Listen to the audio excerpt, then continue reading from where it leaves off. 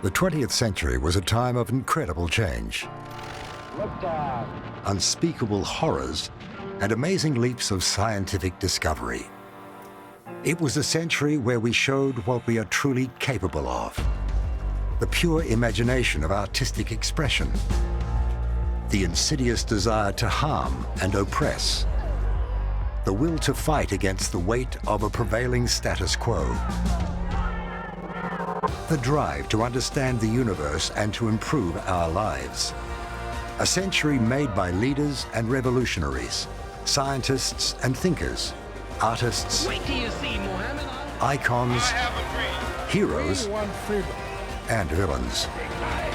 We will count down through the 101 figures of the 20th century who have shaped the world in which we live, and whose stories form the tapestry of our history.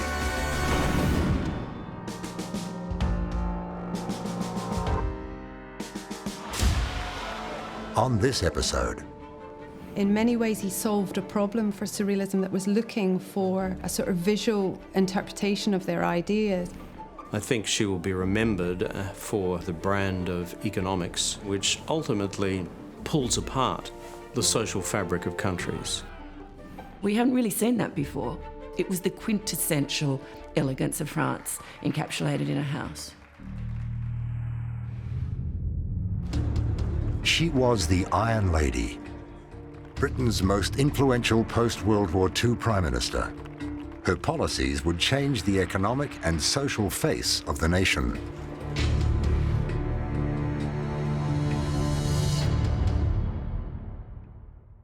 I stand before you tonight in my red star chiffon evening gown, the Iron Lady of the Western world.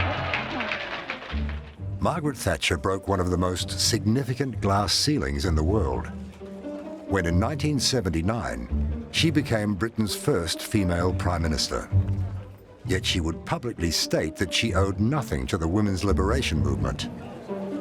Thatcher used her agenda to promote her ability to get the job done, likening the nation's accounts to a household budget, positioning herself as the housewife who would clean up the country. Her approach to economic reform was based in individualism and personal responsibility. There's only one way to do well. There's no magic about it. It's the way I'm trying to follow. I'm saying to people, you can't avoid the consequences of your own action. In 1980, the country fell into a recession and unemployment skyrocketed.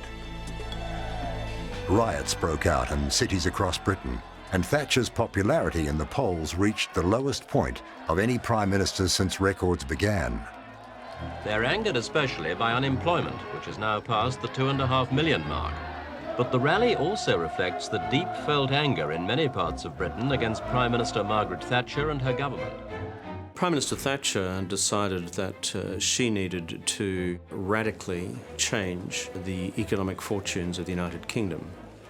She saw the solution as taking on the organised trade union movement of that country. Thatcher's troubled relationship with the unions reached boiling point in 1984 with a strike over planned coal pit closures. Her decision to deploy police to break the strike lines led to a string of violent confrontations. The biggest clash was a pitched battle at Orgreave near Sheffield, where 7,000 police fought 5,000 strikers. It took 12 months, but Thatcher broke the strike and the trade union movement was left severely weakened. If you are permanently pitting those who are the owners of capital against those who are the owners of labour in some continuing class struggle, then we have a real problem for the future. The darker side of her policies was a rapid increase in social and economic inequality. She seemed very cold and very hard and very determined. And I didn't really like what she did to my country. It felt like she turned the country into a place where people only cared about making money. Thatcher may have divided the nation on national issues, but she was an international power player. In April 1982, Argentina invaded the British-ruled Falkland Islands. When Thatcher sent British forces to retake the islands, her approval rating soared. Two things. Listen to everyone. I must go down and talk. She was also focused on maintaining Britain's special relationship with America, forming close ties with American President Ronald Reagan, and was instrumental in Reagan's negotiations on nuclear disarmament with the Soviet Union's President Gorbachev. Thatcher governed Britain through 11 tumultuous years. I think she will be remembered for the brand of economics which was out of Margaret Thatcher, by Ronald Reagan, and what I would describe as the extreme form of liberal market fundamentalism, one which ultimately pulls apart the social fabric of countries.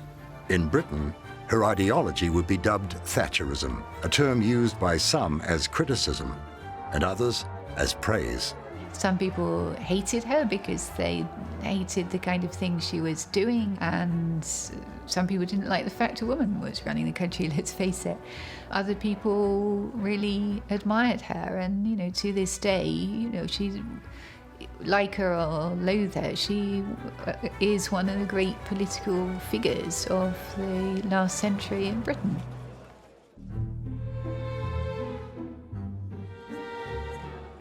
In the early decades of the 20th century, a creative movement emerged that challenged the art establishment: surrealism. There was one artist who embodied surrealism in both his work and public life.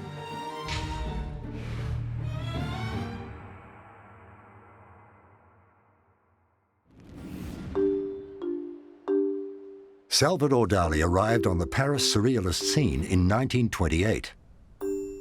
His art capturing the great aspirations of the movement.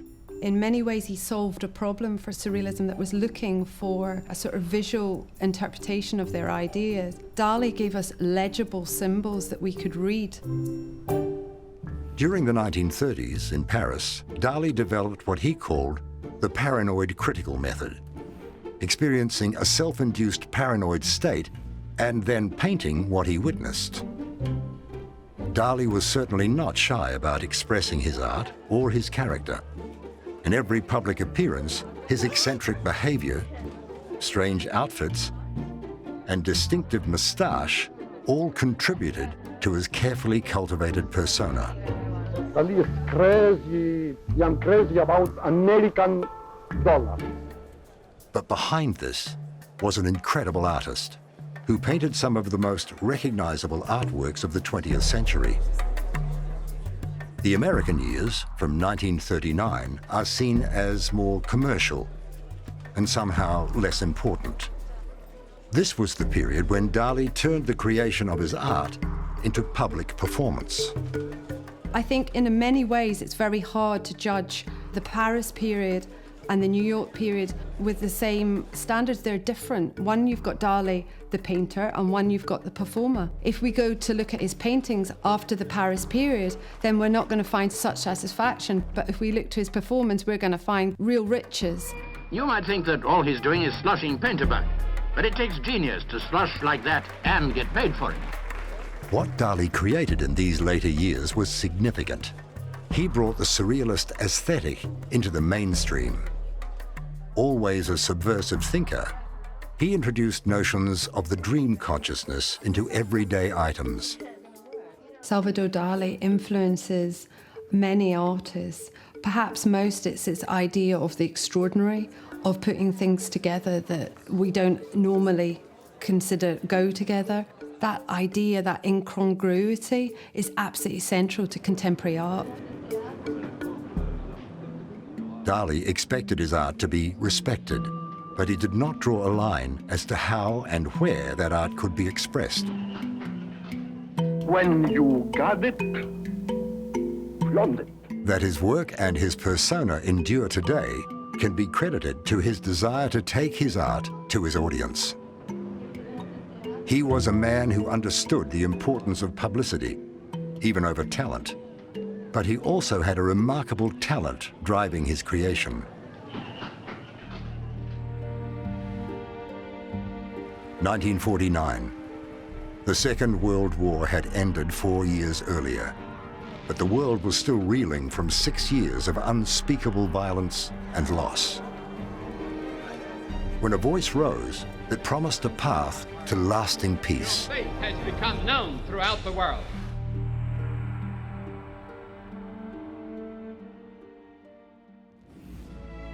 I believe that we stand on the verge of a historic moment that could have an unparalleled and unprecedented impact in a world that is confused, perplexed, and frustrated at this hour. Billy Graham began preaching the gospel in a revival tent in Los Angeles in 1949. His message was simple and effective, that we could all find peace and salvation by living for Christ. A promise of hope for humanity that many were ready to hear. 120,000, yes, 120,000 people went to Wembley for Billy Graham's farewell meeting. He presented a new kind of public evangelism, the kind of charismatic preacher that people hadn't seen since the beginning of the 20th century. He was much more about hope, about the possibility of an individual connection with God via the words of the Bible that existed beyond and outside of a kind of church hierarchy. From a tent in Los Angeles, he would go on to crusade around America, to Berlin, to India, London, and New York. He preached in African villages and at the inaugurations of US presidents. Graham used his growing profile to take a stand on civil rights. He preached that Christ did not see the exterior, but rather straight to the heart of men. What is it in the nature of men that causes men to lie and hate and cheat, and steal and lust and have pride and bigotry and intolerance and racial intolerance? What is it that causes men to have these terrible things down inside of them? By the early 1950s, Graham would only preach to integrated audiences. And in 1957, he hosted Martin Luther King as a guest speaker at his New York crusades.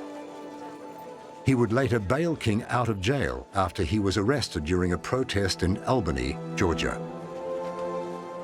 Even among Southern fundamentalists, Billy Graham was shocking to people in his anti-segregation stance. And that was really critical, I think, for bringing that message to Southern audiences and bringing the message to people who weren't political.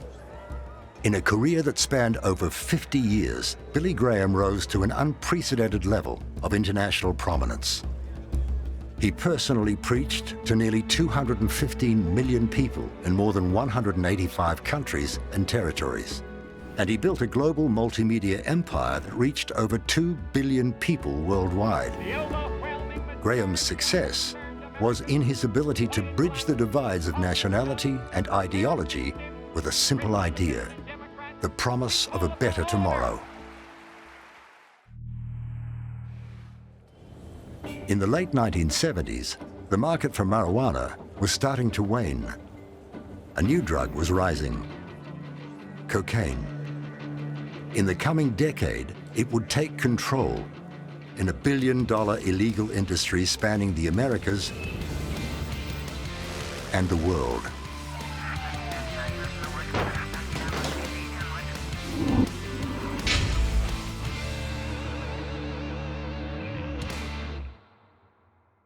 This is the battlefield, and this is the enemy. Dealers peddling deadly drugs, destroying lives and neighborhoods. Between 1976 and 1993, cocaine use was at its peak, and one man was inexorably linked with the drug: Pablo Escobar. He rose through the ranks of the drug trade in Colombia, using business savvy and violence to form the Medellin cartel, a powerhouse in the drug trade that dominated trafficking to America for over a decade. By the mid-1980s, his cartel smuggled over 15 tons of cocaine into America every day. I think Pablo Escobar had a massive influence. In some sense, he fueled the 1980s. We have the rise of Wall Street with its rampant drug use. We have party culture emerging in the United States. Escobar's multi-billion-dollar operations were based in Medellin, a city rife with poverty.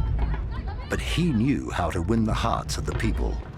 A Robin Hood image is projected and nurtured, handing out money to the peasants and building new homes for them when the government won't. Nearly everyone in Medellin supports the cartel. Those who don't are either dead or the targets of retribution. Escobar was at his most violent in his resistance to extradition to America, enacting a reign of terror to force the Colombian government to guarantee he would not be extradited. Escobar's actions led to thousands of deaths, from politicians and judges to ordinary citizens. No one was safe. Violence rules indiscriminately. 12 died and more than 200 passers-by were injured in this recent explosion. The violence that had spilled into the streets had turned public opinion against him. Escobar's empire was unraveling, and American drug authorities were closing in. When they finally caught him, he was shot and killed. Escobar was responsible for terrible acts of violence and intimidation. But the ripples of his influence were felt far beyond this. Cocaine use in the 1980s was an epidemic that devastated millions of lives. And yet there remains an enduring fascination with Pablo Escobar. I think Pablo Escobar remains a strange figure of aspiration in the media and the popular imagination because he is one of a series of outlaws that are romanticized, not only in the United States, but around the world. An infallible figure who amassed a level of power and wealth that has become legendary. A self-made man who cast himself as protector, but was equally, or more accurately, destroyer.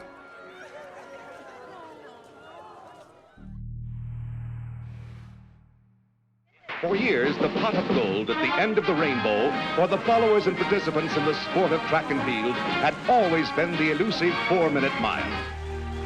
The 4-minute mile. The unbreakable barrier. A symbol of the limitations of how far the human body could be pushed. For years, a mythology grew around the idea of breaking the 4-minute mile as though it was an impossible feat. But on a windy, unpleasant day in May 1954, it would finally happen.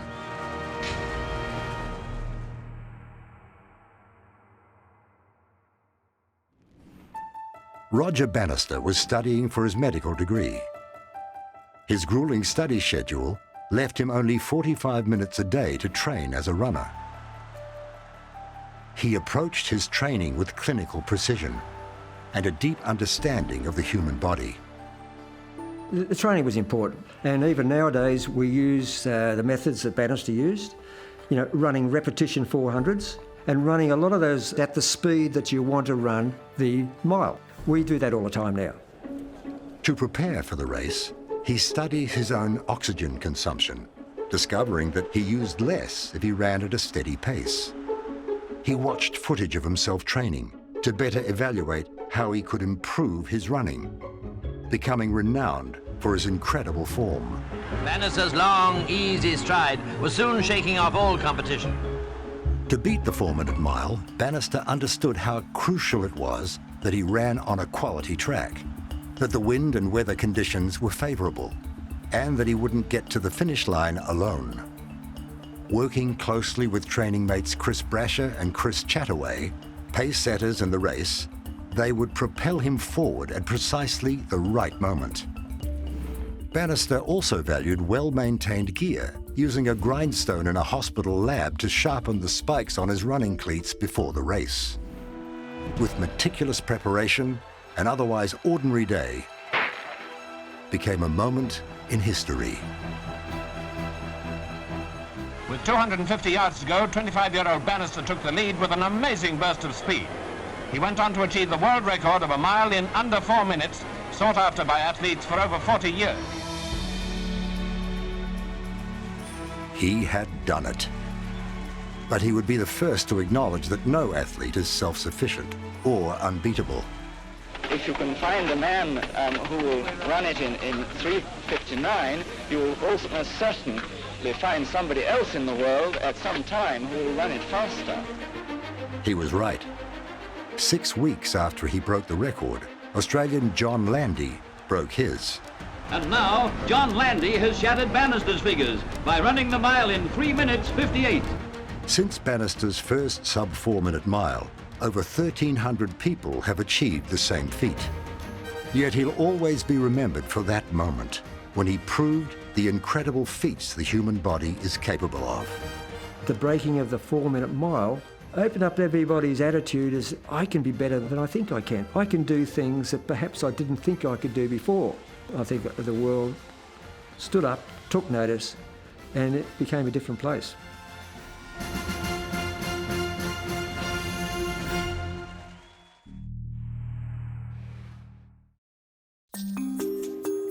A mastermind of toy promotion. In the final decades of the 20th century, his ideas would fundamentally change the global toy market.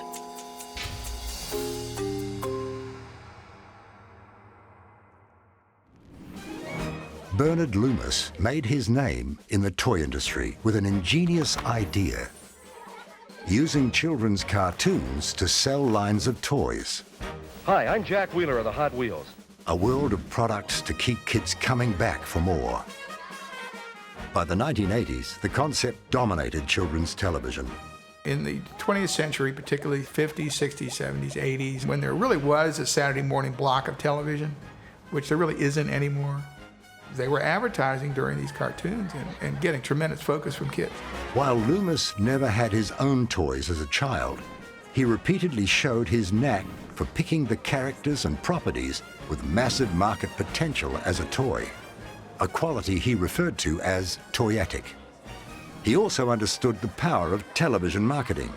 While working at Mattel in 1960, he devised the strategy for the first talking doll. Oh, Chatty Cathy, oh, Mattel's famous talking doll. We pull the ring, and you say 11 different things. Let's play house. Chatty Cathy was only made possible through the market boost from TV advertising. Otherwise, the cost of developing the talking mechanism would never have been matched by demand. Will you play with me?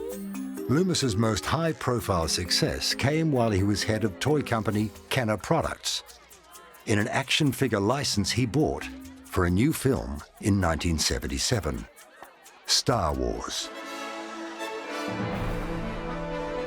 At the time of the film's release, the toy line was almost a year away. But the demand was instant. The film was a success from its opening day, and fans wanted merchandise. Kenner had no clue that it was going to take off like this. So they ended up, like a month before Christmas, with no action figures left. An enormous demand. So they did something which in the toy industry is historic. They sold a certificate that said within 6 months, you could turn this certificate in and get your Star Wars action figure. Loomis's gamble paid off. More than 500,000 certificates were sold.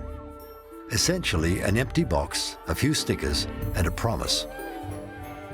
From the moment this line of Star Wars toys hit shelves in 1978 until they were discontinued in 1986, Kenner Products sold 250 million figures worldwide and garnered over $750 million in toy sales. What it really did was it created a partnership in which toy companies have a input on the script, so that the creator of the movie creates moments in which they actually can be turned into toys. The level of success defined a new paradigm for film merchandising, a marriage of film development and toy development that, for better or worse, persists today.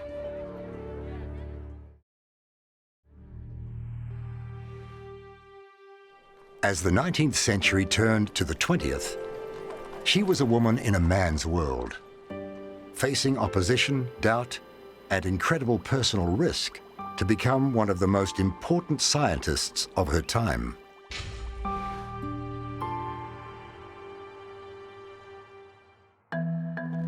Marie Curie and her husband Pierre were working at the School of Chemistry and Physics in Paris when Marie began studying the mineral pitchblende.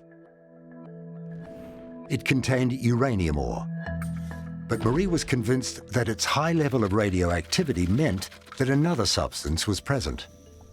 The pair set out to prove her right, and in doing so, added two undiscovered elements to the periodic table: polonium and radium. In 1903, they were awarded the Nobel Prize in Physics for their work.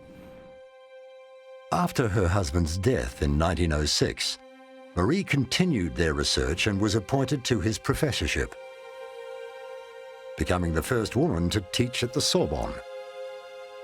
In 1911, she was awarded the Nobel Prize for Chemistry for creating a means of measuring radioactivity, making her the first woman to win a Nobel Prize as an individual, and the only woman to win in two categories. At the onset of the First World War, Marie turned her attention to helping develop mobile X-ray, traveling to the front lines herself to set up the units. After the war, Marie continued to win awards for her research and teaching work. But she also faced opposition from the male scientific community in France and never saw much financial benefit from her efforts. Marie worked with some of the most dangerous substances in the world, often handling them with little or no protection. It would ultimately be the cause of her death in 1934.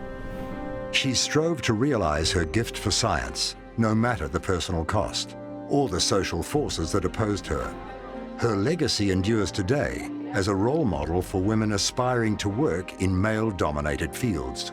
I think she did a great deal for women by her example, by excellence, showing that you could become what she became, which was pretty extraordinary.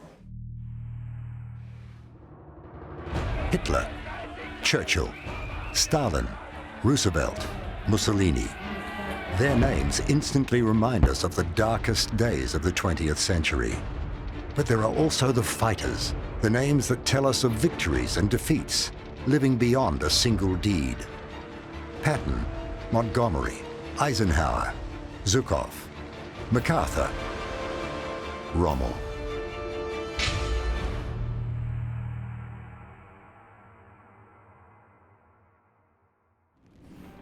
Erwin Rommel was a military man. Before Hitler and the Third Reich, Rommel had made his mark fighting in the First World War, as a lieutenant on the battlefields of France, Romania, and Italy. Rommel was building a reputation in Germany as a military strategist and teacher when the Second World War broke out. He would once again get to test his theories on the battlefield. His reputation as a leader then became rather more controversial, particularly in North Africa, because there he was always attacking, always pushing his men. But there was no doubt about it, he was quite a good strategist. As commander of the German troops in North Africa, Rommel led the Afrika Korps to victory against the English at Tobruk in 1942. With this victory, a mythology began to build around the man. What a scoop he was for Dr. Goebbels, who by lionizing the Marshal used him to the utmost advantage as a heaven-sent piece of propaganda. The German propaganda machine labeled him the People's Marshal. The Allies referred to him as the Desert Fox. The British, to the astonishment even of the Germans, and in fact Goebbels' absolute joy, turned Rommel into a hero. In June 1944, the Allies had invaded Normandy, overwhelming German defenses. A month later, growing disillusionment over Germany's involvement in the war fueled an attempt on Hitler's life. It failed. Rommel's name emerged as a conspirator. Hitler was hugely suspicious of Rommel, and that's why Rommel was given no option but to commit suicide with the cyanide pill, the threat being that otherwise his family would be arrested and he would be forced before a people's court and then executed afterwards. So he was given no choice in that particular way. The official cause of Rommel's death was that he succumbed to injuries from an Allied bombing of his car weeks earlier. His involvement in the plot to kill Hitler was never confirmed. By 1951, Hollywood was already depicting Rommel's life as that of a hero trapped in difficult circumstances. The Nazi that we were allowed to like. A telling that was fervently contested at the time, and which is still opposed by many historians. The real Erwin Rommel lies beneath layers of possibilities, propaganda, half-truth. So the mythology lives on, maintaining Rommel's position as one of the most contentious and intriguing figures of the 20th century.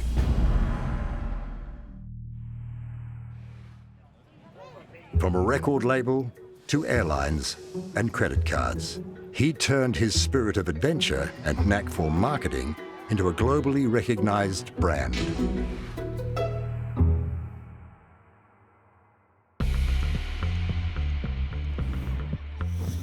Richard Branson's leadership style was unorthodox. Part of it starts with just the way he presented himself. This guy with long hair and a beard in a world in which people were very buttoned down. Everybody else wore suits. He would wear an open shirt. People lived in mansions. He lived on a houseboat. It was intentionally unorthodox and laid back. But I think it's important to keep in mind that as much as that is his image and that's real, there's a very shrewd and organized business mind behind this. In the early years, Branson was dedicated to all things music, launching his Virgin Records music label in 1973. A young lad who was 15 years old had an album that he'd made called Tubular Bells, and we decided to form a record company just to put that album out, and that then helped us sort of build, what became maybe the best independent record label in the world. A label that would be home to generation-defining acts like the Sex Pistols and later the Rolling Stones. His success didn't end there. Branson was always looking to make the next leap. One of his riskiest ventures was the launch of his airline, Virgin Atlantic, in 1984, offering a new alternative for transatlantic flights against industry giant British Airways. Branson's new company posed such a threat that British Airways retaliated, ending up in court, pleading guilty to disreputable business practices. The payout that British Airways had to make to Branson, he then distributed to his staff. Dubbed the BA bonus, this was how Branson operated. This is an industry that is notoriously difficult. And what he has managed to do is not just create an airline that works, but one that people genuinely seem to like and that is distinctive in the marketplace. The success of Branson's companies and brand is a testament to his talent for promotion. For Richard Branson, marketing plans weren't about a spreadsheet and where we're going to place products and place advertisements. They were really about getting as much attention, and attention in a positive way. And one of the ways to do that was to create events that would bring people in and get you a lot of free publicity and help kind of create an image in the marketplace. Richard Branson built an empire of more than 200 companies in over 30 countries. Through it all, he was always exploring new horizons. By the end of the century, he was looking to the depths of the ocean and out into the stars. I've never thought of myself as an entrepreneurial businessman. I just, love creating things. So instead of creating record companies, now I'm creating spaceship companies. Branson had his share of successes, but his share of failures too. It was that acceptance of risk that has kept him at the cutting edge of consumer culture for decades.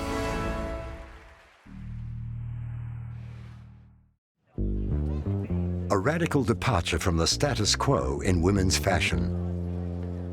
His work was celebrated as a new look. But for many, it was a return to bygone days where women dressed to be decorative.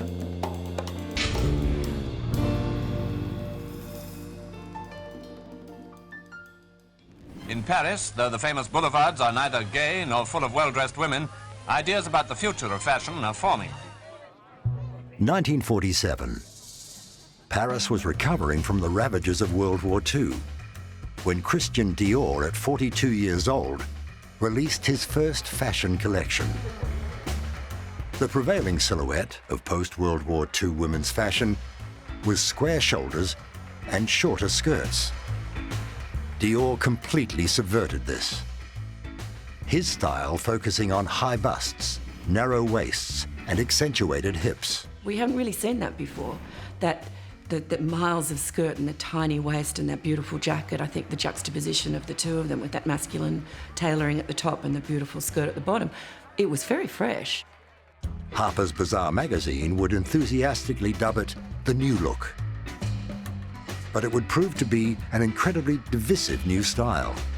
She liked the new length, but not the new look. Certainly, the new look is still very much a matter of personal choice.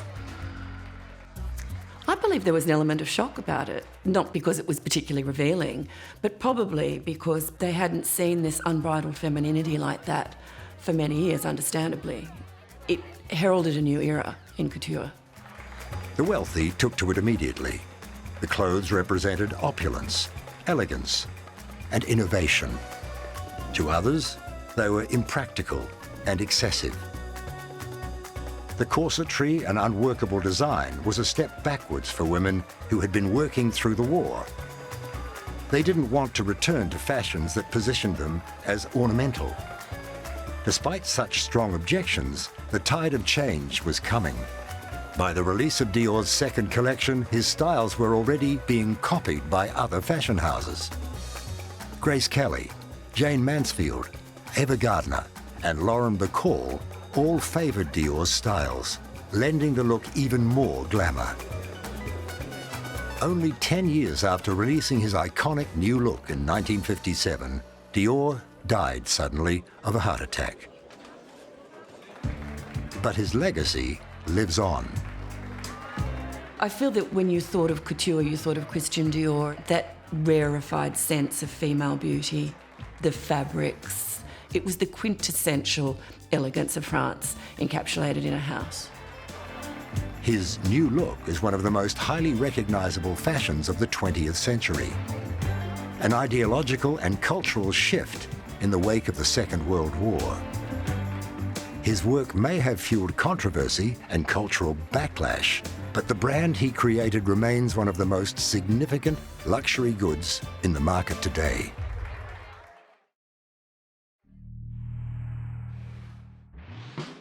(1955). On radio waves across America, one song was heralding the arrival of a new sound.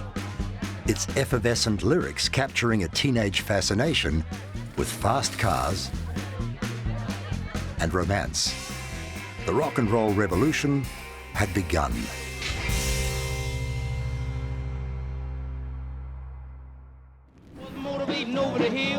The song was Maybelline.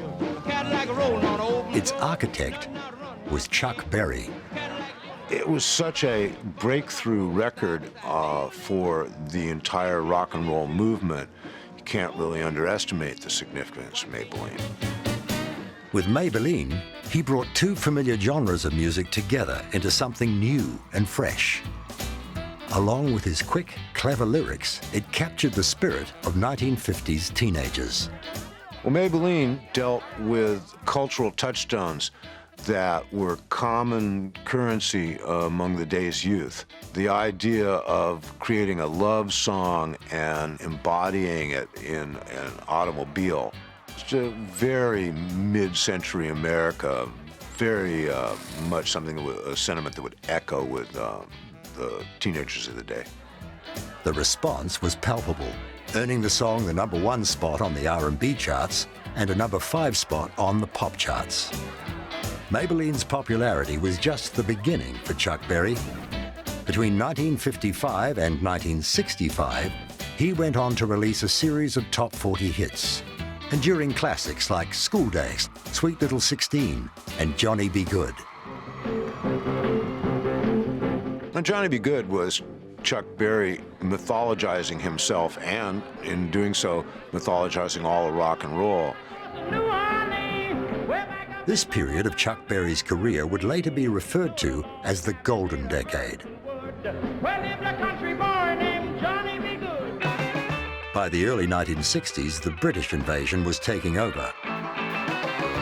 But his legacy as a founding father of rock and roll was assured. He sketched out the blueprint for rock and roll, and without those guiding lights, there would have been no Beatles, there would have been no Rolling Stones, there would have been no anything that followed after.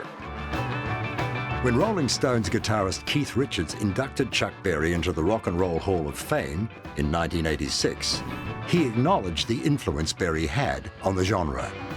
He famously declared, "It's very difficult for me to talk about Chuck Berry because I lifted every lick he ever played."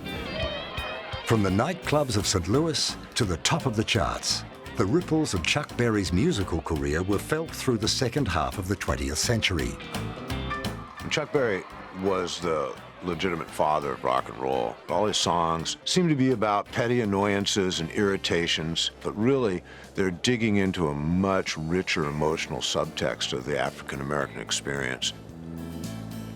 That expression, those feelings resonated with white American teenagers who felt repressed and constricted themselves. Chuck Berry defined a new style of music, making songs that spoke to a generation, shaping the language and tone of rock and roll music, repeated by the many bands that followed.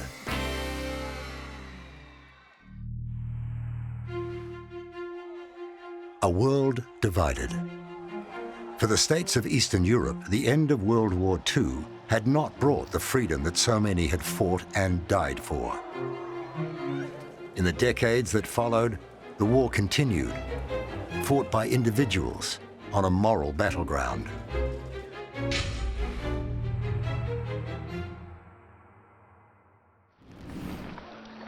Poland, 1980. Life under the oppression of a communist regime was stifling. Lech Wałęsa, an electrician at the shipyards at Gdansk, was a ringleader among workers attempting to organize themselves into an independent labor movement. A role that would see him unemployed and under surveillance by the state. The country was wavering on the brink of economic collapse. Disillusionment bubbled beneath the surface of everyday life, rising up in workers' strikes and violent protest. In August 1980, at Lenin's shipyard, Lech Wałęsa jumped the fence to join the strikers, forcing the communist regime to acknowledge their demands for representation. From this moment, the Solidarity movement was born. The first independent, non-communist party trade union in the communist countries of Eastern Europe, with Lech Wałęsa voted in as their first chairman. It would be a short-lived victory. In late December 1981, under the threat of military intervention by the Soviet Union, Poland's communist leader, General Jaruzelski, imposed martial law. The leaders of Solidarity were detained. They have answered the stirrings of liberty with brute force, killings, mass arrests, and the setting up of concentration camps. Lech Wałęsa and other Solidarity leaders are imprisoned, their fate unknown. Wałęsa was kept under arrest at a remote country house for almost a year. He may not have been present in person, but the movement was kept alive around the world. The attention that Solidarity was receiving was undeniable. Almost a year after his arrest, Wałęsa was released and reinstated in his job at the shipyard. It would take another 6 years before they would see these events lead to real change for Poland. By 1989, under the pall of worsening economic conditions, the communist regime in Poland was weakening. They had no choice but to negotiate with Solidarity. The first free parliamentary election was held in June that year, with Solidarity candidates winning decisively.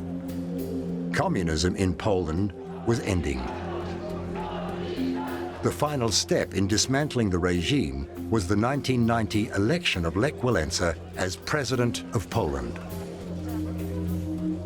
It started with a single demand: the freedom for workers to organize and fight for their rights. but paved the way for the end of communism in Eastern Europe, reminding the world what even a shipyard electrician is capable of when they don't back down.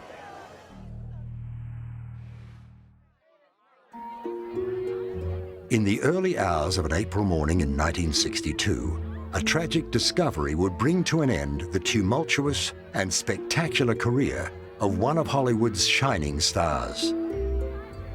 But it would not be the end of the public's fascination with her.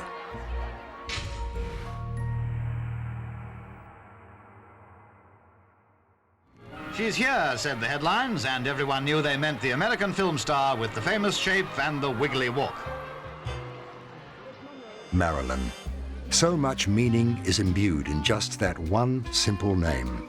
She was the bombshell, the quintessential movie star, the international sex symbol. Marilyn is part of our culture for everybody. She's an instant recognizable icon. Happy birthday, Mr. President. There was an indefinable quality to Marilyn Monroe. Her appeal was in her humanity and her wit, the combination of vulnerability and sex appeal. It was quite unearthly, her beauty, and I think it was because it was nuanced. There was a tenderness about her and a darkness about her, I think, that put her beauty into a whole other realm. Marilyn was unique, a talented comedian and performer. She understood what the camera could do and how to connect to her audience through the lens. By the mid-1950s, Marilyn had starred in some of her most famous films, and her star in Hollywood was well and truly on the rise. To say the media followed her enthusiastically doesn't do justice to the frenzy of attention she received wherever she went. Whether she was entertaining the US troops in Korea or honeymooning with her second husband, baseball player Joe DiMaggio, every public appearance was met with the same fervor. When a well-known honeymoon couple arrives at Tokyo airport, a throng of 4,000 baseball and movie fans surge out of control, break through police lines. Never underestimate the power of you-know-who. Behind Marilyn Monroe, the celebrity, was Norma Jean, the woman, daughter of a paranoid schizophrenic, a childhood spent in and out of foster care. The darker side of her life in Hollywood is the story of the self-medicating insomniac, chronically late to movie sets, prone to fits of depression. I think that people felt there was a longing in her and a brokenness in her that connected, a bit like with James Dean. There was an edge to them that you connected with because in amongst all of this fame they were suffering, and it made them really human. Competing versions of the woman leaves us with the sense that we never truly knew her. And now, never will. Her death, a supposed suicide, shocked the world. In the years since Marilyn died, the recurring conspiracy theories of her murder at the hands of the Kennedys or the Mafia or the FBI have only fueled the mythology that surrounds her. For over a decade, she was a dominant force in the entertainment industry. Photographs of her, young and vibrant, keep her caught in time, never outdated, never aging. Although we know and remember her films, Marilyn has almost been frozen by those iconic images. She has become a trademark of herself. In the years since her death, she has endured as an icon of the screen and as a symbol of femininity. Her image, her work, and the love of the public have never diminished.